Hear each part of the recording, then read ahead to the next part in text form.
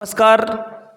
Last class में अपन ने झीलों के बारे में पढ़ लिया था और मैं अब आपको 4 प्रश्न दे रहा हूँ। उन 4 प्रश्नों के आप माइक इसको वीडियो को पॉज करके उत्तर देना है ना। पहले 4 प्रश्न देख लो कौन कौन से हैं। एक तो पहला प्रश्न ये है, बूढ़ा जोड़ झील है कहाँ? कौन सी झील? बूढ़ा जोड़। दूसरा, नक्की झील कहाँ है?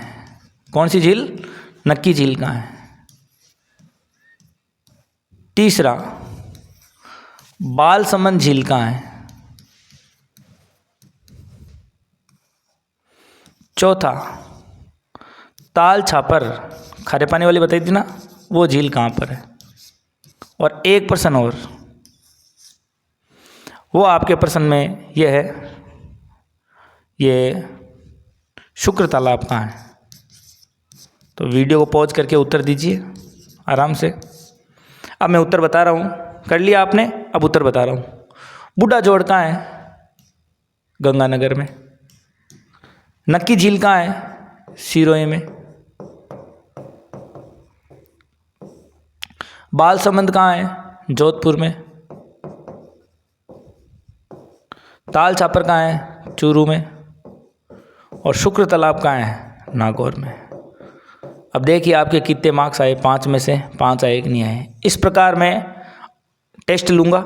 अगर आपने नहीं पढ़ा है पिछला तो पिछला पढ़े ज़रूर, क्योंकि बिना पिछले पढ़े हुए इस क्लास का कोई मतलब नहीं रहेगा। अपन चर्चा कैसे करेंगे फिर। अब अपन आगे बात करने वाले हैं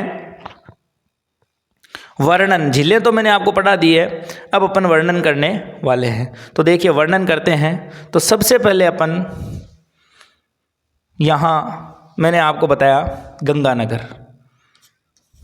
लिख लेता हूँ गंगानगर।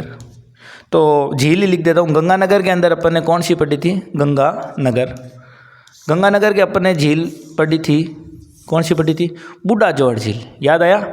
पहली झील गंगानगर के अंदर बूढ़ा जोड़ पढ़ी थी, बूढ़ा जोहड़, बूढ़ा जोड़। अब बताओ बूढ़ा जोड़ क्यों प्रसिद्ध है? यहाँ लिख देता हूँ बूढ़ा जोड़, वापस लिख देता हूँ बूढ़ा जोड़। बूढ़ा जोड़ क्यों प्रसिद्ध है? पहली बात तो बूढ़ा जोड़ है कहाँ पे? तो बूढ़ा जोड़ है गंगानगर में। और यहाँ संत पंपाराम का मेला भरता है। संत पंपाराम का मेला भरता है। पंपाराम का मेला भरता है कहाँ पे? बूढ़ा जोड़ झील में। आगे अपन बात करते हैं, गंगानगर हो गया, फिर आता है बीकानेर। बीकानेर में बहुत फेमस झील पढ़ी थी अपन ने, कौन सी? कोलायत।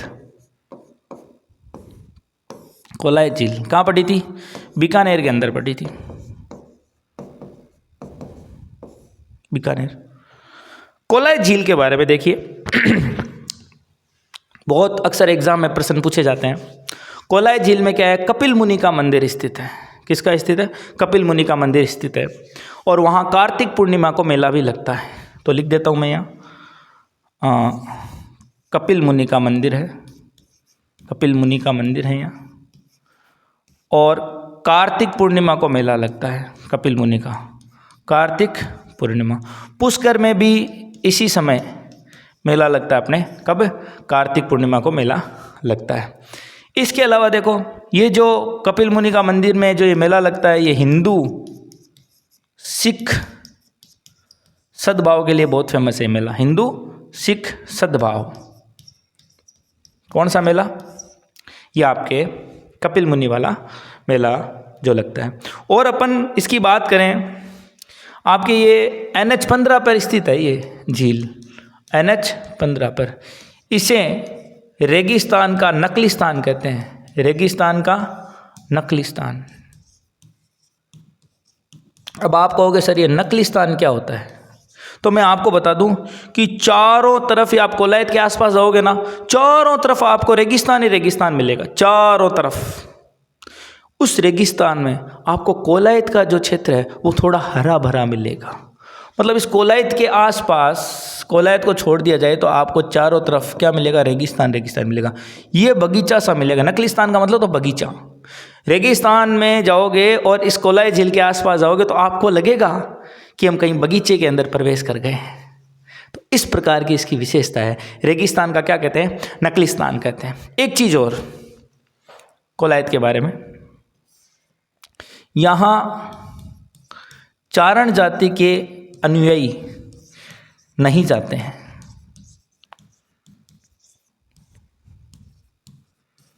इसके पीछे एक कहानी है कि माँ करणी, उनकी बहन थी गुलाब कंवर और उनका पुत्र था लखन। तो वो लखन यहाँ गया था और वो पानी के अंदर डूब गया था और उसकी डेथ हो जाती है।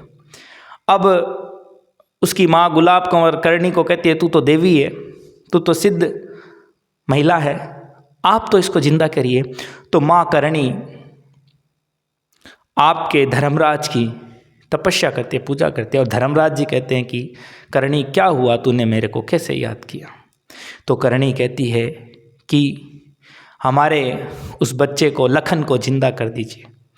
कहते हैं कि चारणों में एक जात होती है देपावत, वो देपावत से संबंधित था, चारणों की शाखा देपावत से संबंधित था। तो धर्मराज ने कहा कि ठीक है, मैं जिंदा कर दूंगा, मेरे ये वैसे तो नियम में तो नहीं है, लेकिन आप कह रहे हो तो मैं जिंदा कर दूंगा। लेकिन आज से मैं किसी भी देपावत को, मतलब इस गोत्र के किसी भी व्यक्ति को नीचे लेने नहीं आऊँगा, आपको खुद को ही इसका भरण पोषण करना पड़ेगा। माँ करणी ने कहा ठीक है। ऐसी मान्यता है देखो इतिहास में। तो कहते हैं इतिहासकार कि जो करणी माता के देपावत चारणों में जो ये गोत है, इसके जो लोग हैं, जब धर्मराज या कहीं नहीं जाते, वो उनकी डेथ हो जाती है, उसके बाद वो काबा बनते हैं और माँ करणी के मंदिर में रहते हैं चूहे के रूप में। तो ऐसा इस मान्यता है, अलग अलग मान्यताएं हैं। तो मूल कारण यही है कि चारण जाति के अन्य यहाँ कोलायत झील नहीं जाते। अपन को थोड़ा सा ध्यान रखना है, क्योंकि उनकी बहन थी गुलाब कंवर, उनका जो पुत्र था लखन, उसकी वहाँ डेथ हो जाती है। इसके अलावा यहाँ पर 52 घाट बने हुए हैं। कितने घाट बने हुए हैं? 52 घाट बने हुए हैं। और कहा जाता है कि यहाँ पाताल गंगा निकली है। क्या निकली है? पाताल गंगा। कहाँ से? यहाँ से। किस कोलायत जो कपिल मुनि है। और कपिल मुनि क्यों फेमस है पता है आपको? ये सांख्य दर्शन देने वाले थे ये कपिल मुनि। सांख्य दर्शन के जनक हैं ये। कौन से दर्शन के? सांख्य दर्शन के। ये बातें हो गई आपके इससे रिलेटेड। अब अपन बात करते हैं, नेक्स्ट पेज ले लेते हैं। ये नेक्स्ट पेज ले लिया।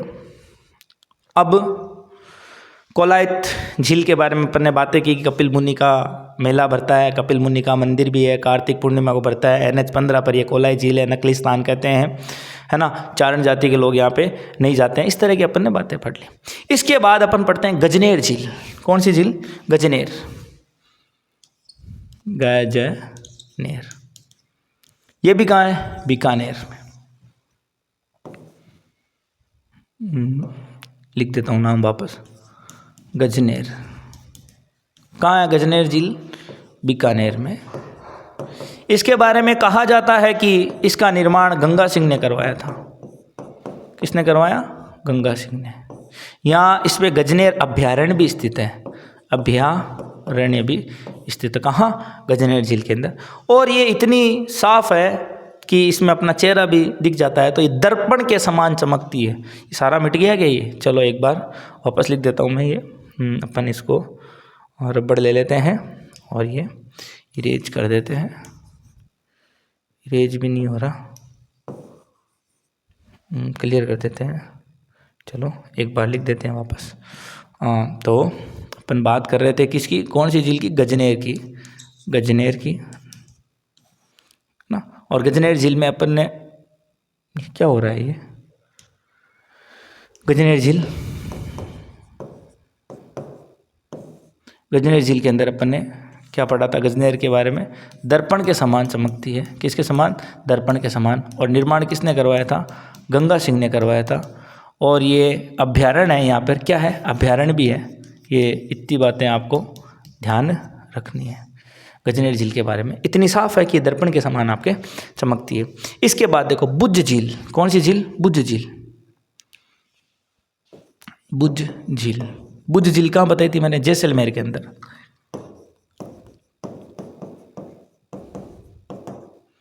ऐसे झील है ये बुद्ध झील, ठीक है। और कहते हैं कि बुद्ध झील के अंदर, कहते क्या है वास्तविकता है, बुझ झील के अंदर कांकने और मसूरदी नदी आके गिरती है। ये इंपॉर्टेंट है बुझ झील के बारे में, जैसलमेर में है। कांकने और मसूरदी नदी कहाँ आकर गिरती है? बुझ झील के अंदर आके गिरती है। ये क्वेश्चन एग्जामों में आपके आया हुआ भी है। इसके बाद अपन बात करते हैं गढ़सीसर। कौन सी? गढ़सीसर या गढ़ीसर। यह भी कहाँ है? गढ़ीसर, जैसलमेर में। गढ़ीसर कहाँ है? जैसलमेर में। और गढ़ीसर में क्या है? राजाओं की समाधियां हैं, राजाओं की समाधियां हैं। आप इसको पॉज करके, जैसलमेर के जो राजा है ना उनकी समाधियां, आप इसको पॉज करके लिख लो एक बार वीडियो, ठीक है? पिछला वाला भी पॉज करके लिख लेना। जैसे देखो ये मैं वापस दिखा देता हूँ आपको, ये भी आप लिख लो। पिछली बार भी कहा था सर मौका नहीं दिया, ये लिख लो, पॉज कर लो, लिख लो। लिख लिया? इसके बाद अगर आगे चले, देखिए 2 नंबर हो गया, अब 3 नंबर पेज पे आ जाते हैं। इसके बाद अपन बात करते हैं नक्की झील की। किसकी बात करते हैं? नक्की झील की। देखिए नक्की झील, नक्की झील। नक्की झील मैंने कहाँ बताई थी? सिरोही में बताई थी। कहाँ बताई थी? सिरोही में। इसके बारे में ये मान्यता है कि देवताओं ने नाखूनों से ये इसका निर्माण किया है। कहा तो ऐसा है। और वैसे वैज्ञानिक दृष्टि से देखा जाए तो ये टेक्टोनिक झील है। टेक्टोनिक। अब ये टेक्टोनिक वर्ड क्या होता है? जब प्लेटों में हलचल होती है, प्लेटों में हलचल होती है और झीलों का निर्माण हो जाता है। प्लेटों में हलचल होती है और झील का निर्माण हो जाता है, तो ऐसी झील क्या कहलाती है? टेक्टोनिक झील कहलाती है। कौन सी झील? नक्की झील। इसके अलावा राजस्थान की सबसे ऊंचाई पर स्थित झील है ये, सबसे ऊंचाई पर स्थित झील, ये बात भी ध्यान रखना है। और सबसे गहरी झील भी है ये, सबसे गहरी झील है ये। राजस्थान की एकमात्र ऐसी झील है ये। कौन सी? नक्की झील, जो सर्दियों में जम जाती है। एकमात्र ऐसी झील है। वैसे तो सब जगह ये सर्दियों में पूरी झील क्या हो जाती है? जम जाती है। तो एकमात्र झील है जो बर्फ बन जाती है, जम जाती है। कौन सी झील? नक्की झील। इसके किनारे Toad Rock, Nun Rock, Parrot Rock स्थित है। टॉड, इसकी आकृति मेंढक के समान बनी हुई है, चट्टान की, चट्टान है ये। और नन, सन्यासिनी को नन बोला जाता है इंग्लिश के अंदर, तो एक महिला की आकृति बनी हुई है, चट्टान की आकृति। पैरट रॉक, बैल की आकृति और तोते की आकृति के समान। थोड़ा सा ध्यान रखना। कौन सी झील के बारे में? नक्की झील के बारे में। एक चीज और, यहां सिरोही के अंदर गरासिया जनजाति रहती है। कौन सी जनजाति रहती है? गरासिया।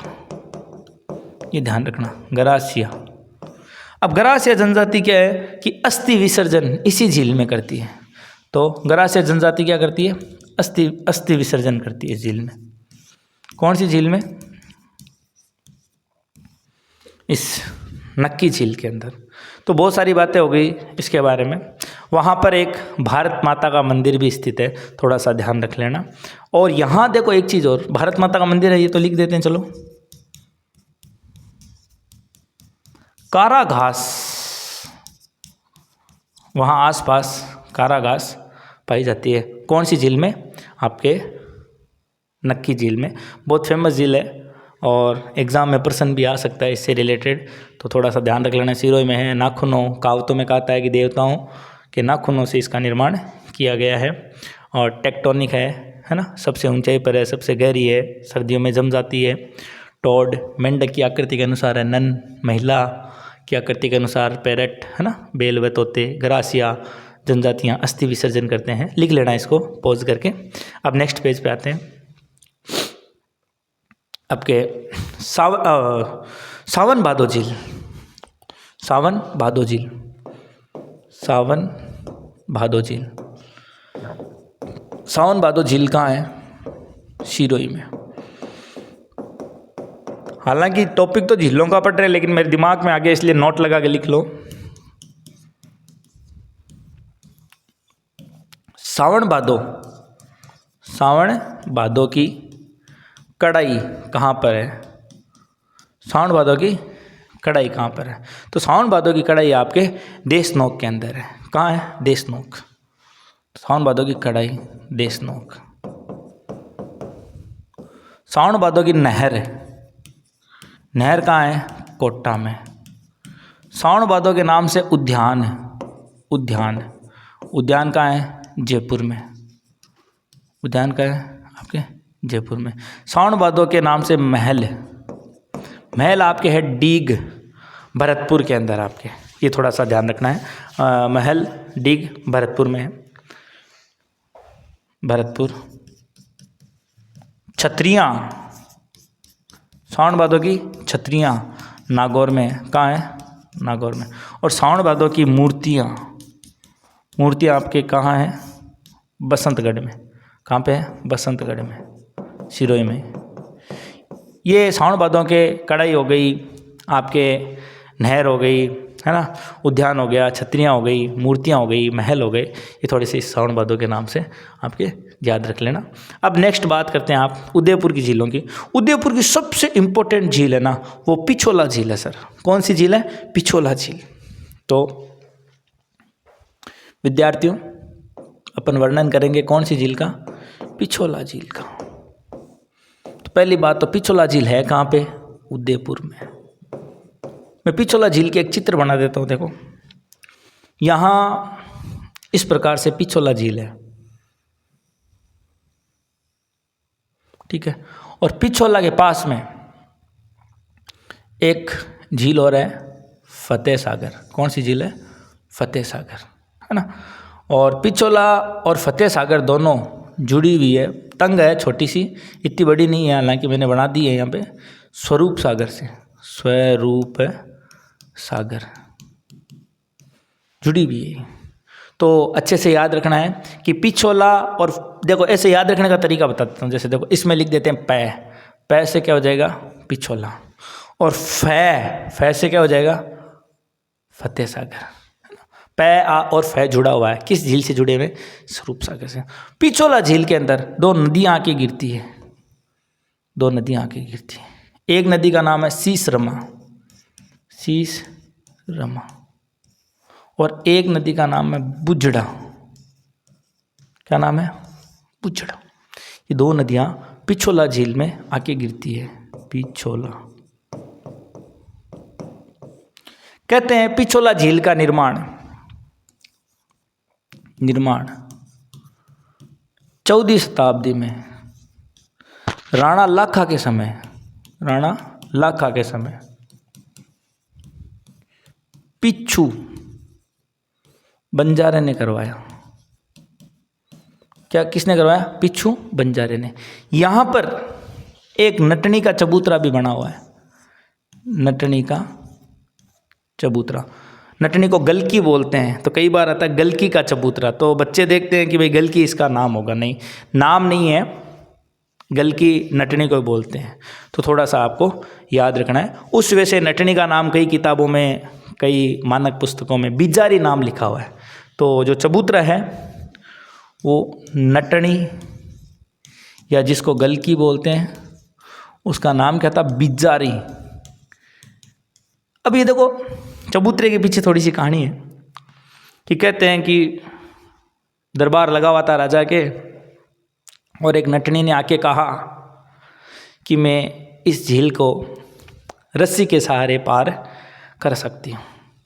राजा ने कहा इम्पॉसिबल है ये चीज़, तो रस्सी के सहारे कोई व्यक्ति इस झील को कैसे पार कर सकते हैं रस्सी पे चल के? कि अगर तो ऐसा कर लेगी, रस्सी के पार चलकर इसको पार कर लेगी, तो मैं तुम्हें अपना आधा राज्य दे दूंगा। वो तो नटनी थी, उसका काम था रस्सी लगाएगी और नटनी आधी झील तक पहुंच गई। उसके सामंतों ने, मंत्रियों ने सोचा कि राजा जी तो हो गए बावड़े, अगर ये तो पार करेगी, और पार करते ही क्या, आधा राज्य अपना इसको दे दिया जाएगा। अब क्या हुआ, किसी ने पीछे से रस्सी काट दी और नटनी जी झील के अंदर। नटनी को रस्सी पर चलना तो आता था, लेकिन झील के अंदर तैरना नहीं आता था। और नटनी जी की सांसें रुक जाती है और राजा दुखी होता है और उसकी याद में क्या बना देता है, चबूतरा बना देता है, जो फेमस है नटनी का चबूतरा। इसके अलावा देखो ये झील उदयपुर में एक बांध है, देवास बांध, उससे जुड़ी हुई है, देवास बांध। इस झील के किनारे आपके जग मंदिर, क्या है, जग मंदिर, और यहीं लिख देता हूँ,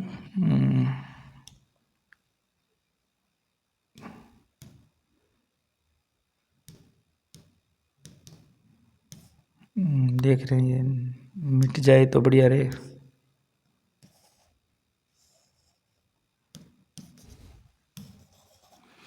चलो कोई नहीं, एक बार और ट्राई कर लेते हैं, मिटा के देख लेते हैं, मिटा के देख लेते हैं।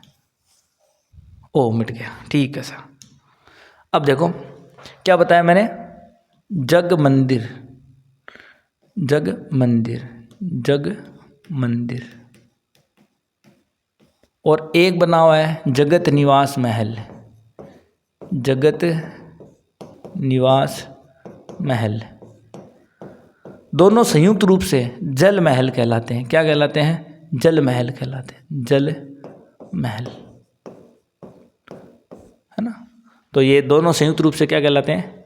जग मंदिर और जगत निवास, जगत निवास, वापस लिख देता हूँ, जगत निवास महल, दोनों मिलकर क्या कहलाते हैं? जल महल कहलाते हैं। और एक चीज़ और बता दूँ मैं आपको कि कहते हैं कि जब शिष्टमंडल भेजे गए थे प्रताप को मनाने के लिए, अकबर ने भेजे थे, जमा भाटो, पहले जलाल खां को भेजा गया, फिर मान सिंह को भेजा गया, फिर भगवंत दास को भेजा गया, फिर टोडरमल को भेजा गया। तो मान सिंह और महाराणा प्रताप की कहते हैं कि मुलाकात कर्नल टोड कहता है कि इस जल महल के किनारे ही हुई थी। तो थोड़ा सा ध्यान रखना है आपको, ठीक है। इसके अलावा देखो यहाँ सौर ऊर्जा से संचालित, सौर ऊर्जा से संचालित नाव भी चलाई गई थी। ये नाव कैसे संचालित थी? सौर ऊर्जा से संचालित थी। सौर ऊर्जा से संचालित क्या चलाई गई थी? नाव चलाई गई थी। आपके कहाँ पे चलाई गई थी? इस पिछोला झील के अंदर चलाई गई थी। और देखो यहाँ सिटी पैलेस भी है। फर्ग्यूसन ने सिटी पैलेस को विंडसर महल से तुलना की है। तो देखो सिटी पैलेस, यहाँ मान लो सिटी पैलेस है, तो ये लिख देता हूँ सिटी पैलेस, सिटी पैलेस। तो यहाँ लिख देता हूँ फर्ग्यूसन ने सिटी पैलेस की तुलना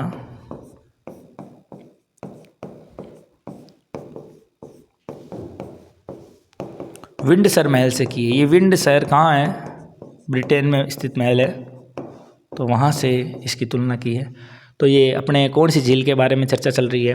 पिछोला झील के बारे में आपके चर्चा चल रही है। तो पिछोला झील के बारे में अपन ने खूब सारी बातें पढ़ ली है कि पिछोला झील है वो फतेह सागर से जुड़ी हुई है, स्वरूप सागर के माध्यम से।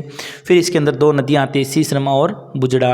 देवास बांध से ये झील जुड़ी हुई है, ठीक है। सिटी पैलेस है जिसको फर्ग्यूसन ने विंडसर महल से तुलना की है। सौर ऊर्जा से संचालित यहाँ नाव है।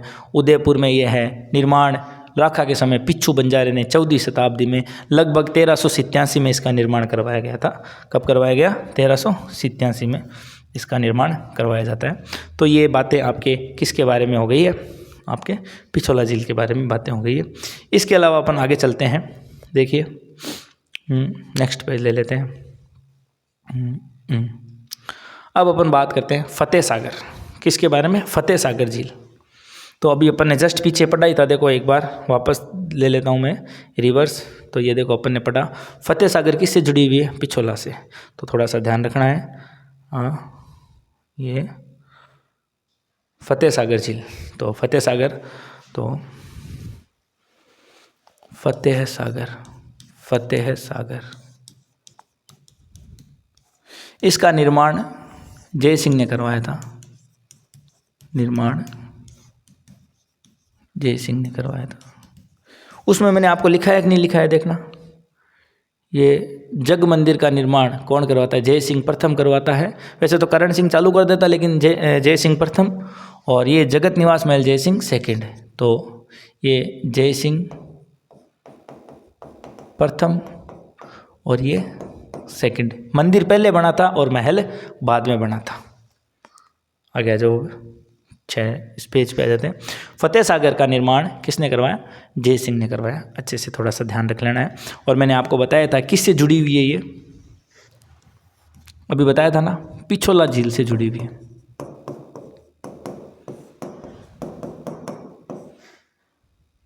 झील से जुड़ी है कौन सी? फतेह सागर। इसकी नींव कहा जाता है ड्यूक ऑफ कन्नौट ने रखी थी। किसने रखी थी? Duke of Connaught. नींव किसने रखी? ड्यूक ऑफ कन्नौट ने।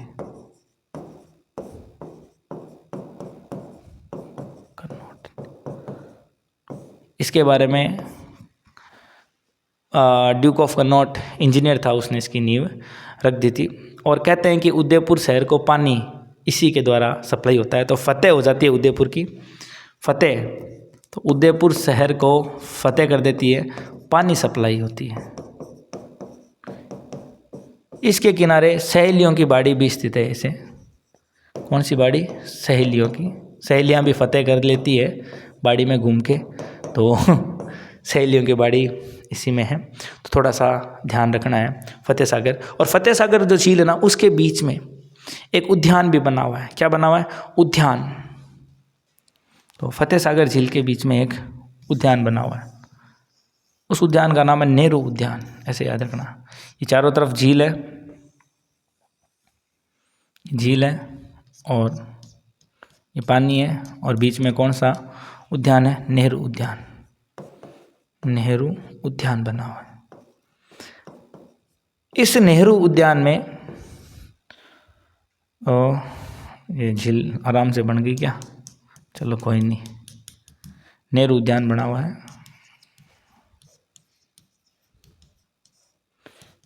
यहाँ नेहरू उद्यान में बहुत बड़ी दूरबीन रखी हुई, भारत की सबसे बड़ी दूरबीन यहाँ रखी हुई है ना। वहाँ एक सौर वेधशाला बनाई हुई है। उस सौर वेधशाला में भारत की सबसे बड़ी दूरबीन रखी हुई है। कहाँ? नेहरू उद्यान में। तो नेहरू उद्यान में एक क्या है? सौर वेधशाला है। और वहाँ पर भारत की, किसकी? भारत की सबसे बड़ी क्या रखी गई है? दूरबीन। कहाँ पर? सौर वेधशाला में रखी हुई है। तो बहुत इम्पोर्टेंट बातें हो गई भाई। पानी की आपूर्ति करती है, ठीक है। और ये फतेह सागर है ना, वो पास में एक गाँव है, देवाली गाँव। कौन सा गाँव है? देवाली। तो वहाँ बनी हुई है ये, तो इसलिए इसको देवाली तालाब भी कहा जाता है। देवाली तालाब। वैसे देखो डेटें एग्ज़ाम में पूछी जाती नहीं है, लेकिन फिर भी बता देता हूँ। मान लो किसी के ऐसा डेट नहीं बताई, तो 1687 और 1883, 1687 में जय सिंह ने इसका निर्माण करवा दिया था, 1687 में। और 1883 में फतेह सिंह ने इसका जीर्णोद्धार करवाया था। फतेह सिंह ने तो केवल जीर्णोद्धार करवाया था, ध्यान रखना। क्या करवाया था? जीर्णोद्धार। और नाम रख दिया इसका 1883 में। ये थोड़ा सा ध्यान रखना, 1883। तो वैसे डेटे एग्जाम में पूछी नहीं जाती है, फिर भी थोड़ा ध्यान रखना चाहो तो ये थोड़ा ध्यान रख लेना कि भाई नेहरू उद्यान है, सहेलियों की बाड़ी है, ड्यूक ऑफ कन्नौट ने इसकी नींव रखी थी, उदयपुर को ये पानी सप्लाई करती है ना। ऐसी बातें हैं। और सौर वेधशाला है, भारत की सबसे बड़ी दूरबीन यहाँ है। और ये भारत की सबसे बड़ी दूरबीन है, ये बेल्जियम देश की सहायता से बनाई गई थी ये, तो इसलिए ये। आगे अपन बात करते हैं अगली झील की, स्वरूप सागर। किसकी? स्वरूप सागर। तो देखिए स्वरूप सागर, अब नाम से पता चल रहा है इसका निर्माण किसने किया? स्वरूप सिंह ने किया। किसने किया?